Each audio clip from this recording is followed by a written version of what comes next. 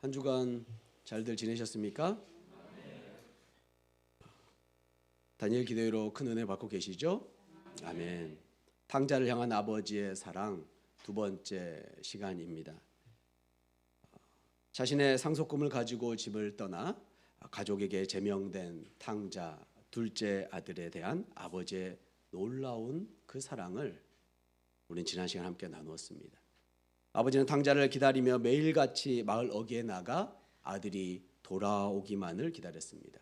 그러던 어느 날 모든 재산을 탕진하고 거지가 되어 돼지 쥐엄 열매를 주워 먹고 살던 그 아들이 아버지가 그리워 고향으로 돌아옵니다. 그리고 마을 어귀에 도착합니다. 그런데 그 아들의 모습을 보자마자 아버지는 자신의 모든 체면을 내려놓고 아들에게로 달려가 안고 입 맞추고 좋은 옷을 입히고 손에 가락지를 끼우고 신을 신기며 살찐 송아지를 잡았습니다. 그리고 고백합니다. 24절입니다. 이 내 아들은 죽었다가 다시 살아났으며 내가 잃었다가 다시 얻었노라 하니 그들이 즐거워하더라. 아멘. 성경은 이 상황을 이들이 죽었다가 다시 살아났음을 고백하며 온 가족이, 온 마을이 함께 기뻐하며 즐거워했습니다. 이런 아버지의 사랑 충만하게 누리는 한 주 되으셨나요? 아멘인 줄로 믿습니다. 특별히 다니엘 기도회를 통해서 그 크신 하나님의 사랑을 다시 한번 느끼게 되었던 한 주였던 것 같습니다. 태어나 얼마 지나지 않아 전신 소아마비를 앓게 됐던 병기숙 원장님, 어린 나이이지만 간절한 기도로 말미암아 그가 그 소아마비가 호전되었고 그가 뛰어 걸을 수는 없었지만 앉아서 손을 쓸 수 있었던 놀라운 그 치료의 은혜를 베푸셨던 그 현장. 그래서 하나님께서 주신 사명을 감당해가는 그 모습은 하나님의 크신 능력과 사랑을 바라볼 수 있었습니다. 그와 동일한 하나님의 사랑을 충만하게 느끼고 살아가는 저와 여러분 되시길 주님의 이름으로 축복합니다. 그런데 이러한 탕자의 모습을 아주 잘 그려낸 화가가 있습니다. 렘브란트라는 화가인데요, 돌아온 탕자의 작품입니다. 한번 스크린을 보실래요? 렘브란트 돌아온 탕자의 그림인데 한 번쯤은 다 보셨던 기억이 있을 거라 생각이 듭니다. 이 작품은 1668년에서 69년에 만들어졌으면서 이 렘브란트가 가장 마지막으로 그린 역사화로 알려져 있습니다. 이 그림의 분석가들은 이 그림이 주석가들보다 더 본질을 더 잘 꿰고 있기 때문에 성경 원 이야기를 잘 드러낸다라고 표현을 합니다. 먼저 렘브란트는 성과 색, 음영을 통해 사건의 전개와 인물의 내면을 드러내는 빛의 화가로 유명합니다. 어두운 배경의 빛을 통해 중요한 것들을 배열하는 화풍을 가지고 있었다는 것이죠. 이 그림에서 아버지의 얼굴은 그 빛의 진원지입니다. 가장 밝게 묘사되고 있는 그림인 것입니다. 이 그림에서 가장 밝은 모습의 아버지의 얼굴에서 시작되었다는 것을 이 그림에서 볼 수가 있습니다. 두 번째는 아버지의 손입니다. 분석가들은 아버지의 양손이 다르게 그려졌다는 것, 다르게 생겼다는 것에 주목합니다. 왼손은 가늘고 깁니다. 반면 오른손은 넓적하고 커다랗죠. 그래서 왼손은 여성의 손, 오른손은 남성의 손이라는 건 도식적으로 분할을 해보기도 합니다. 다시 표현하자면 왼손은 가녀린 손은 섬세하신 하나님의 사랑, 남자 손같이 두꺼운 손은 넓으신 하나님의 사랑을 표현한다라고 이야기합니다. 아버지는 잃어버렸던 둘째 아들을 그 사랑의 손으로 와락 껴안고 계시는 장면이 지금 보고 있는 이 그림의 모습입니다. 그리고 앞으로도 영원토록 때로는 섬세하게 때로는 넓게 감싸주시는 아버지의 영원하신 그 사랑의 표현이 이 손에 그려졌다는 것이죠. 셋째는 동생의 그 한쪽만 벗겨진 신입니다. 한쪽은 벗겨져 있고 한쪽은 신겨져 있는 것이죠.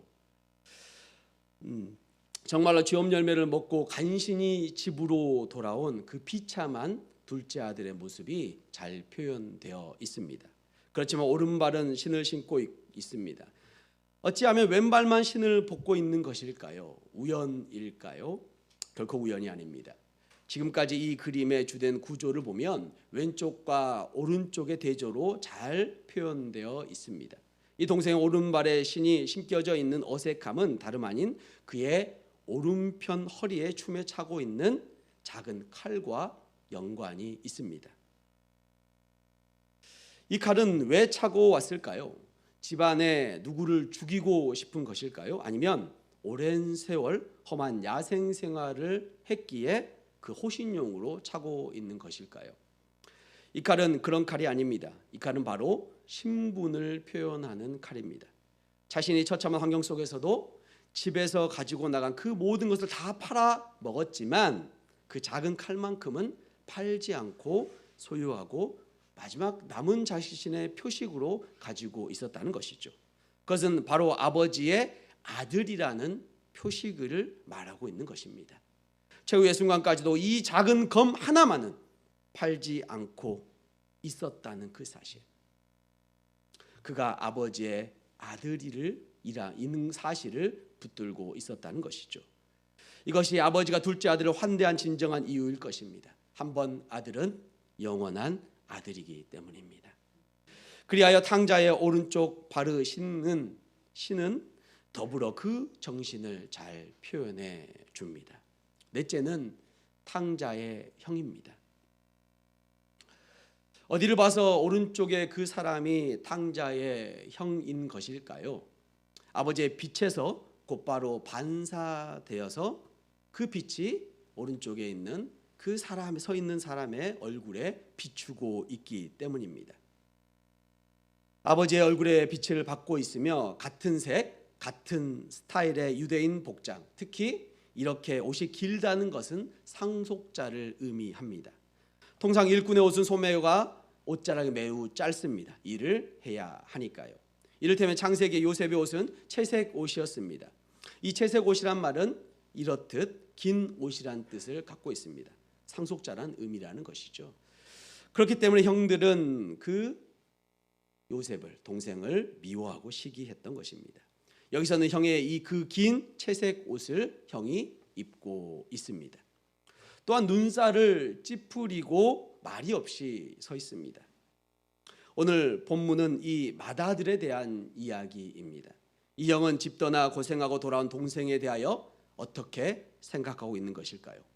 이 그림의 표정은 아버지와 같이 기뻐하고 즐거워한 표정이 아닙니다. 그래서 어떤 학자들은 이 형을 집안의 탕자라고 표현을 합니다. 오늘 말씀을 통하여 집안의 탕자와 아버지와의 관계를 통해 하나님이 어떤 분이신지 은혜 받는 시간 되시길 주님의 이름으로 축원합니다. 본문이 속해 있는 누가복음 15장은 세 가지 비유가 나옵니다. 잃어버린 양의 비유, 잃어버린 드라크마의 비유, 또한 오늘 본문에 잃어버린 아들의 비유입니다. 한 사람이 양 100마리가 있는데 그 중에서 잃어버린 한 마리 양을 찾는 잃어버린 양의 비유. 어떤 여자가 집안에서 10드라크마가 있는데 잃어버린 한 드라크마를 찾는 잃어버린 드라크마의 비유. 그리고 한 사람이 두 아들이 있는데 한 집을 나간 탕자, 둘째 아들이 돌아오는 본문의 잃어버린 탕자 아들의 비유. 하나같이 잃어버린 것들을 찾는 것에 대한 비유이며 하나같이 기뻐합니다. 그런데 이 세 가지 비유를 하기 전에 이 비유의 대상이 있습니다. 누가복음 15장 1절에서 3절 말씀입니다. 모든 세리와 죄인들이 말씀을 들으러 가까이 나오니 바리새인과 서기관들이 수군거려 이르되 이 사람이 죄인을 영접하고 음식을 같이 먹는다 하더라. 예수님께서 이 말씀을 전하고 있는데 세리와 죄인들이 그 말씀을 듣기 위해 찾아온 것이죠. 그런데 그 모습을 보고 바리새인과 서기관들이 수군거리는 것입니다. 예수님이 죄인들과 함께하며 음식을 같이 먹는다는 것이죠. 당시의 메시아들, 이 바리새인과 서기관들이 생각했던 그 메시아는 죄인들과 함께하는 사람이 아니었습니다. 함께 할 수 있는 분이 아니었죠. 그래서 그들의 생각으로는 절대 메시아가 아닐 것이다 라고 비꼬아 이야기하는 것이 2절의 이야기인 것이죠. 그래서 예수님께서 그들의 마음을 간파하시고 3절에 이야기하십니다. 예수께서 그들에게 이 비유로 이르시되 하면서 세 가지의 비유가 시작됩니다. 당시 이 바리새인과 서기관들의 편협한 지식을 하나님께서는 질타하시기 위해서 비유로 말씀하시는 것입니다. 이제 이 비유의 끝자락에 예수님은 이들을 향해 말씀을 하십니다. 그래서 오늘 본문에 등장하는 마다들은 바리새인과 서기관들을 의미한다고 할 수가 있습니다. 25절 말씀입니다. 마다들은 밭에 있다가 돌아와 집에 가까이 왔을 때에 풍악과 춤추는 소리를 듣고, 마다들이 밭에 있다가 돌아옵니다. 아마도 밭에서 하루 종일 일을 하다가 돌아온 것 같습니다. 마다들의 이런 모습은 굉장히 순종적이며 헌신적인 모습으로 비춰집니다. 종들이 많이 있음에도 불구하고 놀고 먹지 않고 열심히 일하고 있기 때문입니다. 그러나 마다들의 이러한 모습은 가식적이고 위선적인 모습임이 드러납니다. 이후에 그가 동생에 대한 태도에서 분명히 알 수 있습니다. 특별히 마다들의 이런 모습은 바리새인과 서기관들의 모습을 연상시킵니다. 그들은 하나님 아버지를 섬김에 있어서 순종적이며 열정적인 것처럼 살아왔습니다. 구약의 율법에 능통한 자들이었고 613가지의 율법을 정하여 철저히 지킨 사람들이 바리새인과 서기관들이었습니다. 이들의 모습은 마다들과 같이 겉으로는 최선을 다하여 아버지의 뜻을 따르는 순종의 모습을 보였습니다. 그러나 그들의 진실됨 없는 속마음은 결국 드러나게 됩니다. 마다들은 집 떠난 동생이 왔다는 소식을 듣지 못하고 집에 오게 되었습니다. 그런데 집에 가까이 와보니 집안에 풍악 소리가 들리는 것이죠. 춤추는 소리가 들리는 것이었습니다. 잔치가 열린 소리가 들렸던 것입니다. 아무 영문도 모르는 마다들은 종을 불러서 그 이유를 묻게 됩니다. 26절입니다. 한 종을 불러 이 무슨 일인가 물은데 그의 종이 대답합니다. 27절입니다. 함께 봉독해 봅니다. 대답하되 당신의 동생이 돌아왔음에 당신의 아버지가 건강한 그를 다시 맞아들이게 됨으로 인하여 살찐 송아지를 잡았나이다 하니. 아멘. 종의 대답은 동생이 돌아왔다는 것입니다. 우리말 성경으로 한번 보겠습니다. 하인이 대답했다. 동생이 왔습니다. 동생이 건강하게 무사히 돌아와서 주인 어른께서 살찐 송아지를 잡으셨습니다. 아멘. 집을 떠난 동생이 돌아왔습니다. 그것도 건강한 모습으로 돌아왔다는 것입니다. 그래서 당신의 아버지인 주인 어른께서 살찐 송아지를 잡아 잔치를 벌였다는 것입니다. 가족을 버리고 갔던 동생, 아버지로부터 자신이 받을 재산을 미리 챙겨서 떠나버린 동생, 아버지를 죽은 것 같이 여기고 자신의 향락을 위해서 떠나버린 동생이 돌아온 것입니다. 이 맏아들인 형도 알았을 것입니다. 동생이 다시는 돌아오지 않을 것을 분명히 알았을 것입니다. 다시는 보지 못하게 될 줄 알았을 것입니다. 그런데 그 동생이 돌아왔다는 것이죠. 그것도 아주 건강한 모습으로 돌아왔습니다. 이때 이 동생을 맞이하는 형의 심정은 어떻겠습니까? 영원히 보지 못하리라 생각했던 동생이 살아 돌아왔으니 정말 기쁘게 환대해야 하는 것이 옳은 일일 것입니다. 그런데 이 맏아들은 그렇게 반응하지 않았습니다. 28절입니다. 그가 노하여 들어가고자 하지 아니하거늘. 맏아들은 화가 나서 집으로 들어가지 않았습니다. 다시는 돌아올 것 같지 않던 그 동생이 들어왔다는 소식을, 그것도 건강한 모습으로 돌아왔던 그 소식을 들었음에도 불구하고 이 맏아들, 이 형은 오히려 화를 내면서 그 잔치에 참여하지 않은 것입니다. 맏아들은 동생의 환대에 동참하기를 거부한 것입니다. 마치 회개하는 죄인에 대한 하늘의 기쁨에 참여하지 않으려는 모습이 보이는 것이죠. 15장 10절입니다. 내가 너희에게 이르노니 이와 같이 죄인 한 사람이 회개하면 하나님의 사자들 앞에 기쁨이 되느니라. 아멘. 그 동생이 회개하며 돌아왔습니다. 그렇다면 하나님의 사자들이 함께 기뻐한 것처럼 이 맏아들도 함께 동참하여 기뻐해야 되는 것이 마땅한 도리라는 것입니다. 그러나 이 맏아들은 그렇게 하지 않았습니다. 바리새인과 서기관들은 회개하고 돌아온 이방인들을 받아들이지 않고 밀어냈다는 것이죠. 자신들과 근본부터가 다르다고 여기며 거부한 것입니다. 자신의 의를 가장 높게 생각하는 이들이 자신의 기준에 미치지 못하는 이들은 거들떠 보지도 않고 있다는 것입니다. 그런데 지금 잔치에 참여하지 못하여 집에 들어가지 않고 있는 이들 또한 탕자가 아닐까요? 잔치에 참여하지 않고 있기 때문이죠. 집안의 탕자인 것입니다. 이에 아버지가 나와서 맏아들을 다독입니다. 당시 맏아들이 공개적인 그런 잔치에, 아버지가 베푼 잔치에 참여하지 않고 거절하는 것은 아버지의 명예를 크게 실추시키는 일이었어요. 아버지의 명예를 실추시키는 일. 그런데 아버지는 이러한 명예는 신경 쓰지도 않고 잔치의 자리를 떠나 저녁 찬 공기를 맞아가며 오랫동안 밖에 서 있는 아들에게로, 맏아들에게로 향하게 됩니다. 그런데 아버지는 그렇게 할 필요가 없었습니다. 종을 밖으로 보내서 맏아들을 데려오게 하면 당장 들어오라고 그렇게 명령하면 되는 일이었습니다. 그러면 그 착한 아들이라면 그 종의, 아버지가 보는 종의 이야기를 듣고 집 안으로 들어오면 되는 일이었습니다. 하지만 아버지는 이 아들을 사랑하며 그에게 들어오라고 권하기 위해 직접 문 밖으로 아들에게 찾아갑니다. 그리고 아들에게 권합니다.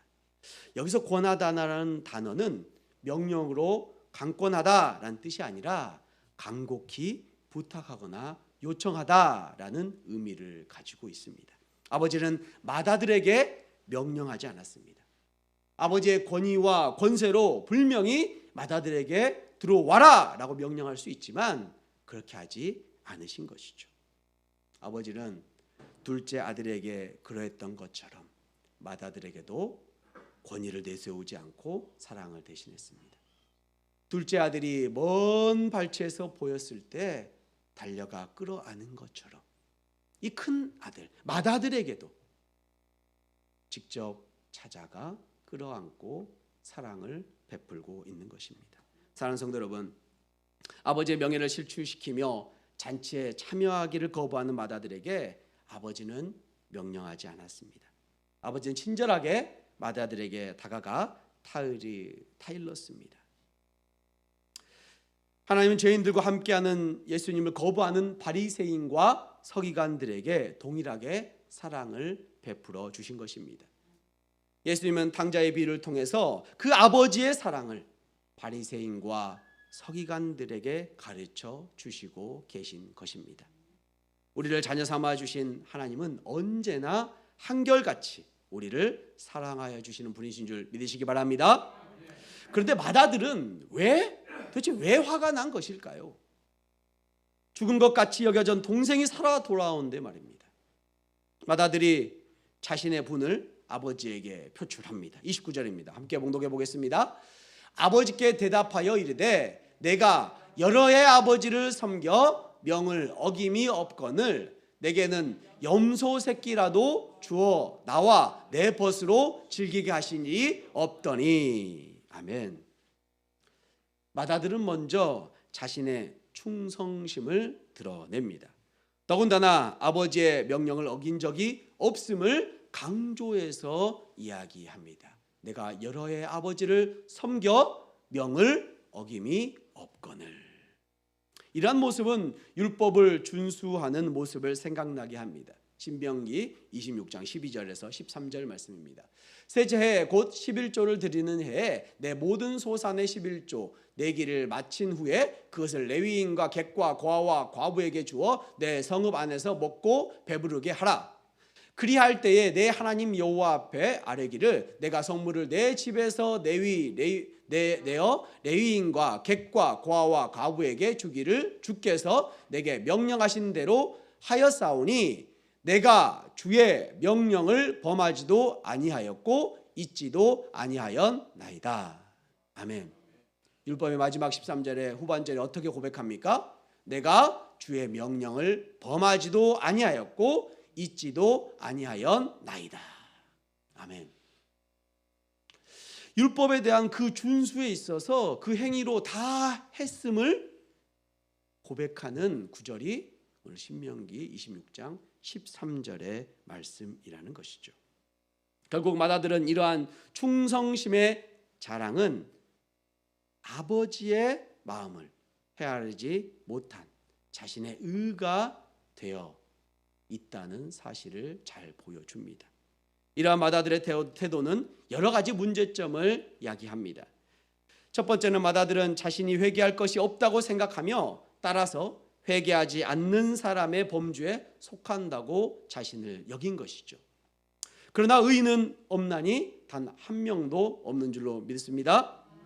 둘째는 맏아들은 자신이 동생과 비교해서 더 낫다고 말하기 위해 충성스럽게 섬겼다는 점을 호소하고 있는 것이죠. 자신의 의를 그렇게 높이고 있는 것입니다. 그래서 자신은 아버지의 사랑을 받을 자격이 있는 반면 동생은 거부당할 만하다, 거부당해야 한다 라고 설명하고 있는 것이죠. 그러나 동생을 받아들이지 못하는 맏아들의 모습은 동생과 다를 바 없이 아버지의 마음을 헤아리지 못하고 있는 것입니다. 이러한 불순한 맏아들의 태도는 급기야 아버지의 원망으로 발전합니다. 자신에게 송아지는커녕 염소 새끼라도 잡아주지 않으셨습니다 라고 아버지를 원망하고 있는 것이죠. 지금까지 먹이고 재워주신 아버지의 은혜를 망각하고 눈앞에 보이는 현실에만 집중하고 내뱉은 원망이라는 것입니다. 그리고 더욱 동생을 비난합니다.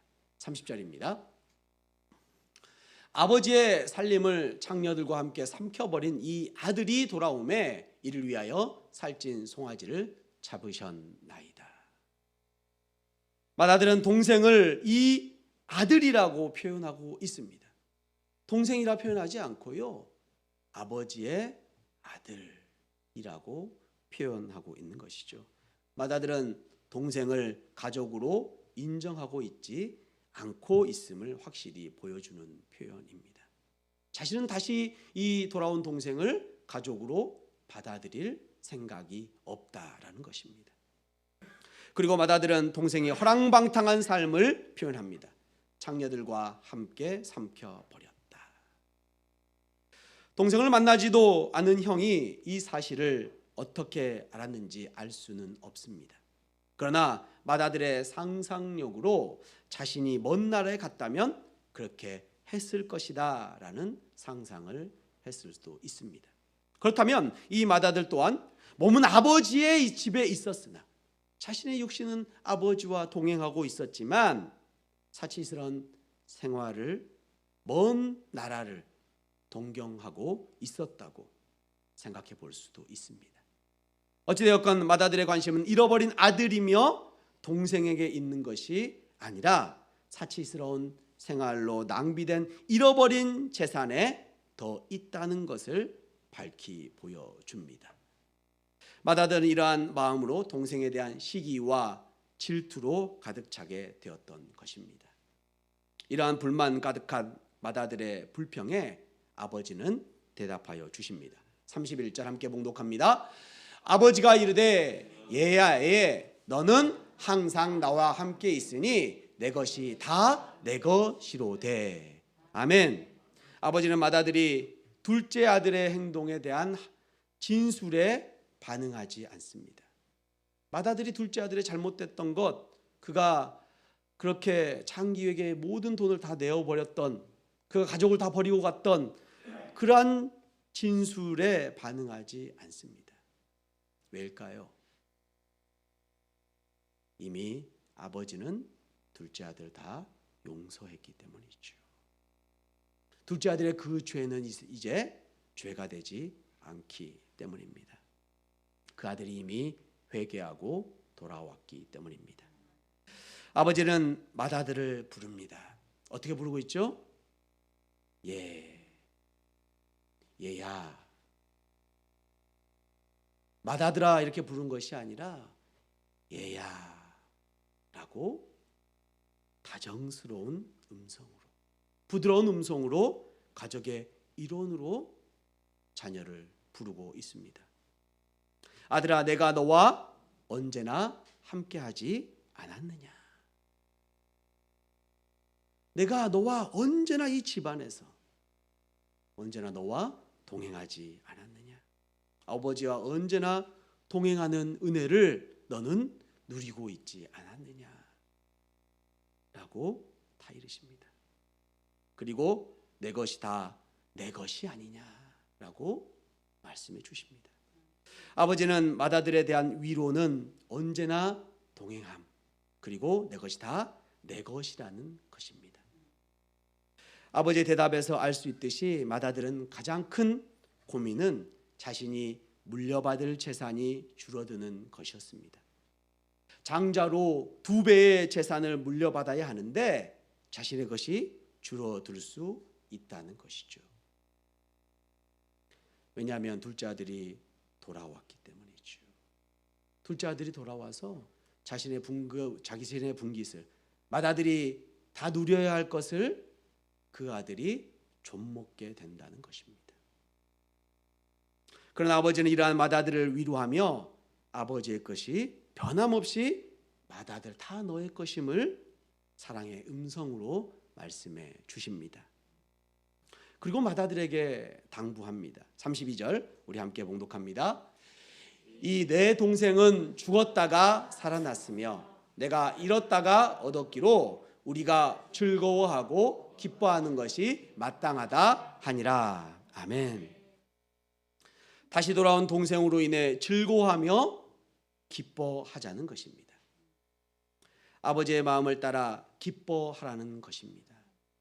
자신들의 의만 강조하는 바리새인과 서기관들에게 말씀하시는 강력한 권고의 말씀입니다.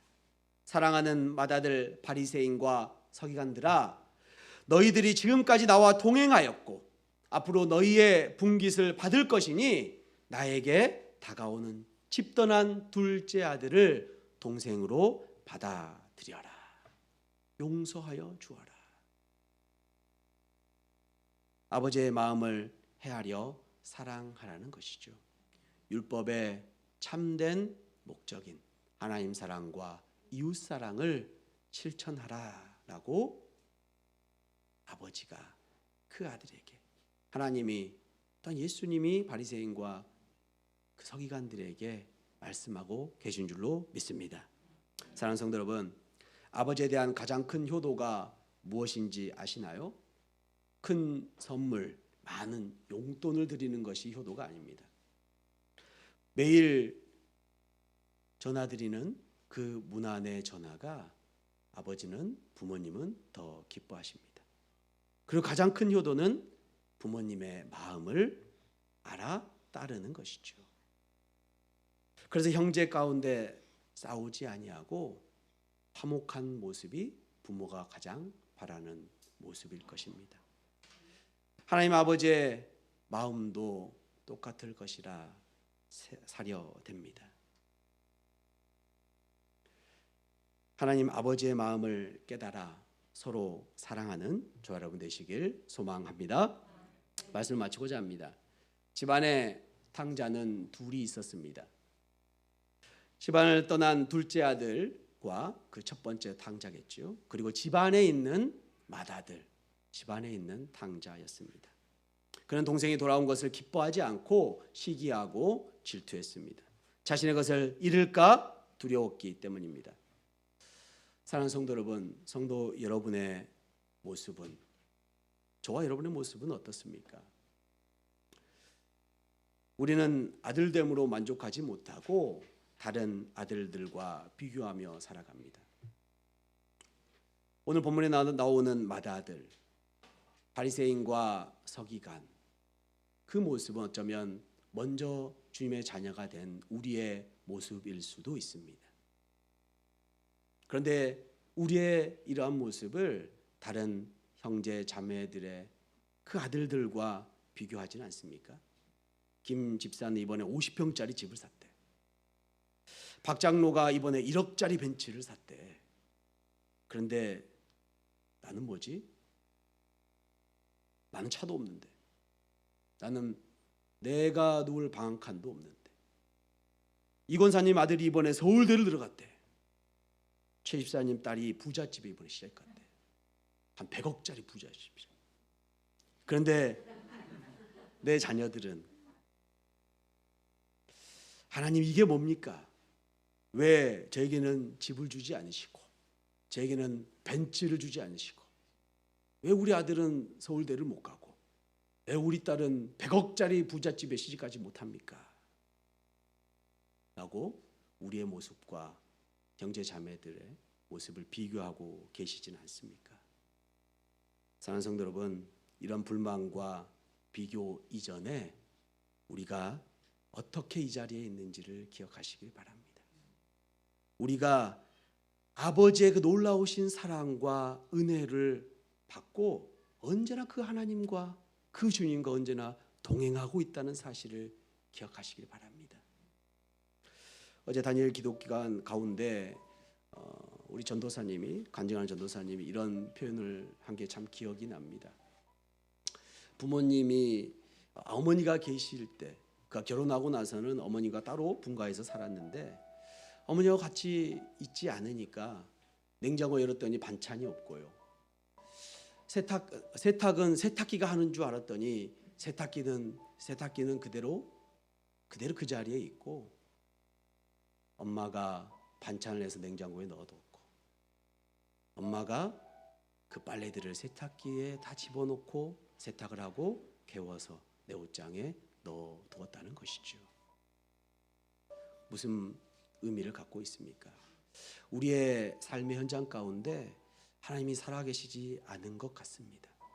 때로는 우리의 고난과 아픔과 어려움을 하나님이 전혀 듣고 계시지 않은 것 같습니다. 왜 나의 기도만 들어주지 않으실까 원망되기도 합니다. 왜 내가 이렇게 간절히 내 모든 육신의 아픔들, 어려움들, 이 고난을 해결해 달라고 주님께 기도하는데 왜 내 기도는 들어주지 않으십니까? 라고 원망이 나올 때가 많이 있습니다.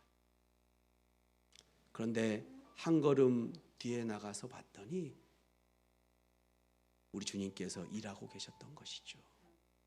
나는 느끼지 못했지만 이미 우리 하나님께서, 나보다 나를 더 사랑하시는 그 하나님께서, 독생자 아들을 내어주신 그 하나님께서 우리의 일거수 일투족을 예배해 주시고, 지금 아픔보다 더 아프지 않게 해주시고, 지금 가난보다 더 가난하지 않게 해주시고, 우리가 바라는 것보다 더 좋은 것을 주시기 위해서 예비하고 계셨다는 것입니다. 언제나 우리와 동행하여 주셨다는 것입니다.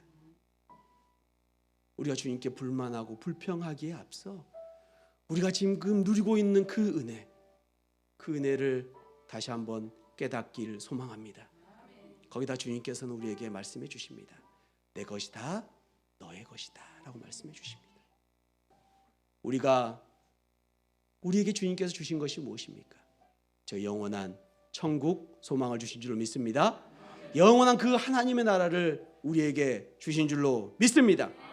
그러므로 우리는 주어진 눈앞에 보이는 이 환경 가운데 쓰러지고 넘어지는 것이 아니라 맏아들과 같이 그저 작은 것에 일희일비하는 것이 아니라 언제나 함께 하신 그 주님, 주님께서 주님의 모든 것을 우리에게 주시기를 약속하시고 이루실 그 주님을 언제나 신뢰하며 믿으며 나아가는 주님의 은혜교회 성도님들 되시길 주님의 이름으로 축원합니다.